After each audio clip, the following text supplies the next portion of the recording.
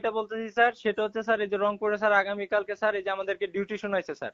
আগামীকাল ডিউটি মানে কিসের ব্যাপারে? স্যার এই যে বর্তমান যে প্রধান উপদেষ্টা যিনি আছেন ডক্টর মোহাম্মদ ইউনূস, ওনার ডিউটির জন্য স্যার প্রায় 947 জন লোকের একটা ডিউটি দিছে স্যার। জি। আমাদেরকে বাধ্য করতেছে স্যার আমরা ওই ডিউটি যাতে করি স্যার, নাহলে কিন্তু স্যার অনেক তো হুমকি আপনারা ধামকি তো দিচ্ছে স্যার। এখনো তো যোগদানই করার সুযোগ পান নাই। জি স্যার, আমি আর কি বলবো স্যার, আমার 8 বছরের একটা মেয়ে আছে স্যার, সে মেয়েটা বলতেছে বাবা তুমি ডিউটিতে যাও না বাবা, তুমি যদি ওই আঙ্কেল গুলার মতো যদি তুমি মারা যাও তাহলে আমি বাবাটা গুখাকে।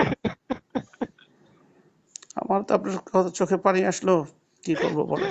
আমার মেয়েটা স্যার অনেক ভালোবাসে আমাকে স্যার, আপনারটা কিছু করেন, আমরা আমরা অনেক বিপদের মধ্যে আছি স্যার।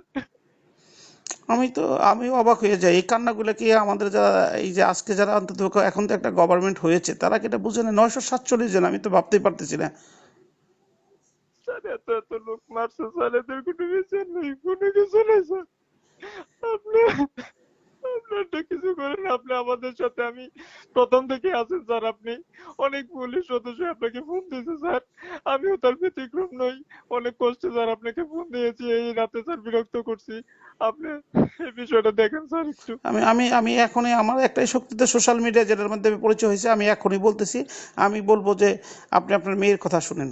আজকে আপনি মারা গেলে কারো কিছু হবে না, আপনার মেয়ে আর বাবা পাবে না, সবার দিকে তাকিয়ে থাকবো আমার বাবা এরকম ছিল। আর ওই যারা আজকে যারা এই এটা তো আমি বলবো অ্যাবসলিউটলি দায়িত্বহীন, যেখানে আর্মিরা আছে, যেখানে পুলিশ, ঢাকার মতো পুলিশ স্টেশনে আর্মিরা এসে পুলিশ স্টেশন পাহারা দিতেছে, সেখানে 947 জনকে কিভাবে দেয়? It's very unfortunate.